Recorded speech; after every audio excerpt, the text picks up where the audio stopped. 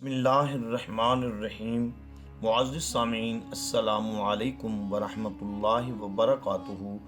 آج میں آپ کو اعتکاف کا ثواب بیان کرنا چاہوں گا، مگر اس سے پہلے آپ ہمارے چینل کو سبسکرائب بھی کریں اور بیل کے بٹن کو بھی دبا دیں۔ سیدنا حسن بصری رضی اللہ تعالی عنہ سے منقول ہے کہ معتکف یعنی اعتکاف کرنے والے کو ہر روز ایک حج کا ثواب ملتا ہے، یعنی اعتکاف کے ہر روز اسے ایک قبول حج کا ثواب ملتا ہے۔ ساتھ ہی آج میں آپ کو معتکف کے لیے جو ضروری باتیں ہیں مسجد میں موجود رہنے یا مسجد سے باہر نکلنے کے حوالے سے وہ بیان کروں گا۔ اعتکاف کے دوران دو وجوہات کی بنا پر مسجد سے باہر نکلنے کی اجازت ہے: حاجت شرعی، حاجت طبی۔ حاجت شرعی کیا ہے؟ حاجت شرعی یعنی جن احکام و امور کی ادائیگی شرعاً ضروری ہو اور معتکف اعتکاف گاہ میں ان کو ادا نہ کر سکے تو اس کو حاجات شرعی کہتے ہیں، مثلا نماز جمعہ اور اذان وغیرہ۔ اگر مینارے کا راستہ خارج مسجد ہو یعنی احاطہ مسجد سے باہر ہو تو بھی اذان کے لیے معتکف جا سکتا ہے، کیونکہ اب یہ مسجد سے نکلنا حاجت شرعی ہے۔ اگر ایسی مسجد میں اعتکاف کر رہا ہو جس میں جمعہ کی نماز نہ ہوتی ہو تو معتکف کے لیے اس مسجد سے نکل کر جمعہ کی نماز کے لیے ایسی مسجد میں جانا جائز ہے جس میں جمعہ کی نماز ہوتی ہو، اور اپنی اعتکاف گاہ سے اندازاً ایسے وقت میں نکلے کہ خطبہ شروع ہونے سے پہلے وہاں پہنچ کر 4 رکعت سنت پڑھ سکے، اور نماز جمعہ کے بعد اتنی ہی دیر مزید ٹھہر سکتا ہے کہ 4 یا 6 رکعت پڑھ لے، اور اس سے زیادہ ٹھہرا رہا بلکہ باقی اعتکاف گاہ میں اگر وہاں ہی وہ موجود رہے تو پھر بھی اس کا اعتکاف نہیں ٹوٹے گا، لیکن نماز جمعہ کے بعد 6 رکعت سے زیادہ ٹھہرنا مکروہ ہے۔ اگر اپنے محلے کی ایسی مسجد میں اعتکاف کیا جس میں جماعت نہ ہوتی ہو تو اب جماعت کے لیے نکلنے کی اجازت نہیں ہے، کیونکہ اب افضل یہی ہے کہ بغیر جماعت ہی اس مسجد میں نماز ادا کرے۔ تو اعتکاف اس مسجد میں کرنا چاہیے جہاں جماعت بھی ہوتی ہو اور جمعہ بھی ہوتا ہو، تاکہ جمعہ اور جماعت کے لیے مسجد سے یعنی اپنی اعتکاف گاہ سے نکل کر کہیں دور نہ جانا پڑے۔ اعتکاف میں حاجت طبی کیا ہے؟ حاجت طبی یعنی وہ ضروریات جس کے بغیر چارہ نہ ہو، مثلا پیشاب یا پخانہ وغیرہ۔ حاجت طبی کے متعلق آپ کو سب سے پہلے ہم احاطہ مسجد کے متعلق عرض کرنا چاہیں گے۔ مسجد میں اگر پیشاب وغیرہ کے لیے کوئی جگہ مخصوص نہ ہو تو پھر ان چیزوں کے لیے مسجد سے نکل کر جا سکتے ہیں۔ اگر مسجد میں وضو خانہ یا حوض وغیرہ نہ ہو تو مسجد سے وضو کے لیے جا سکتے ہیں، لیکن اس صورت میں کہ جب کسی لگن یا ٹب میں اس طرح وضو کرنا ممکن نہ ہو کہ وضو کے پانی کو کوئی بھی باہر گرانے سے بچانے کا حربہ یا تدبیر نہ ہو۔ اعتکاف کرنے والے کو اگر دوران اعتکاف احتلام ہو جاتا ہے تو وہ مسجد کے احاطے میں غسل خانہ نہ ہونے کی وجہ سے مسجد میں تو غسل وہ کر نہیں سکتا، تو مسجد سے باہر نکل کر غسل کر کے فوراً واپس آ جائے گا۔ قضاء حاجت کے لیے اگر گھر گئے تو طہارت کر کے فوراً چلے آئیے۔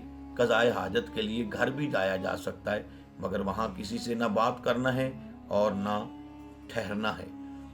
بعض مساجد میں استنجا خانہ، غسل خانہ وغیرہ کے لیے راستہ احاطہ مسجد سے باہر ہوتا ہے، لہٰذا ان استنجا خانوں اور غسل خانوں وغیرہ میں حاجت طبی کے علاوہ نہیں جا سکتے۔ اب ہم آپ کو اس کے ساتھ ہی وہ چیزیں بتائیں گے جن کے ساتھ اعتکاف ٹوٹ جاتا ہے۔ اعتکاف کن کن چیزوں سے ٹوٹ جاتا ہے تو آئیے ہم آپ کو وہ بیان کرنا چاہتے ہیں۔ ام المؤمنین سیدہ عائشہ صدیقہ رضی اللہ تعالی عنہا بیان فرماتی ہیں کہ معتکف کے لیے صحیح طریقہ یہ ہے کہ وہ نہ کسی مریض کی عیادت کو جائے، نہ کسی جنازے میں شامل ہو، نہ کسی عورت کو چھوئے، نہ اس کے ساتھ ملاپ کرے، اور نہ ہی ناگزیر ضروریات کے سوا کسی بھی ضرورت کے لیے باہر نکلے۔ یعنی اکثر اعتکاف والے یہ سوال کرتے ہیں کہ جب ہم اعتکاف بیٹھتے ہیں تو کوئی فوتگی ہو جاتی تو ہم جنازہ میں جا سکتے ہیں یا نہیں جا سکتے؟ تو یہ حل نکل آیا کہ وہ جنازہ میں کسی صورت بھی نہیں جا سکتے، اگر جائیں گے تو اعتکاف ٹوٹ جائے گا۔ واضح ہے کہ مسجد سے نکلنا اس وقت کہا جائے گا جب پاؤں مسجد سے اس طرح باہر نکل جائیں کہ اسے عرفاً مسجد سے نکلنا کہا جا سکے۔ لہذا اگر صرف مسجد میں موجود رہے اور سر نکال دیا تو اس سے اعتکاف نہیں ٹوٹتا۔ بلا ضرورت شرعی مسجد سے باہر نکلنا، خواہ جان بوجھ کر ہو یا بھول کر یا غلطی سے، بہر صورت اس سے اعتکاف ٹوٹ جاتا ہے۔ البتہ اگر بھول کر یا غلطی سے باہر نکلیں گے تو اس سے اعتکاف توڑنے کا گناہ نہیں ہوگا، مگر اعتکاف ضرور ٹوٹ جائے گا۔